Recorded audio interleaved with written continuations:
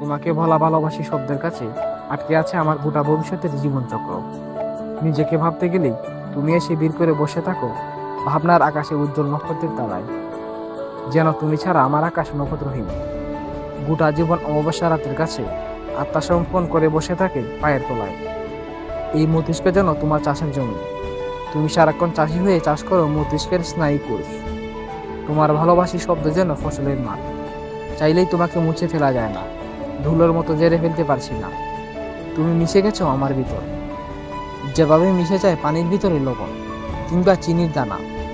মিশিয়ে দিয়ে তারপর আলাদা করার কোনো কায়দা নেই। এই যে তুমি বুক পকেটে এসে সারাক্ষণ অস্থির তুলপাল করে যাচ্ছ, তোমারও কি এমন হয়?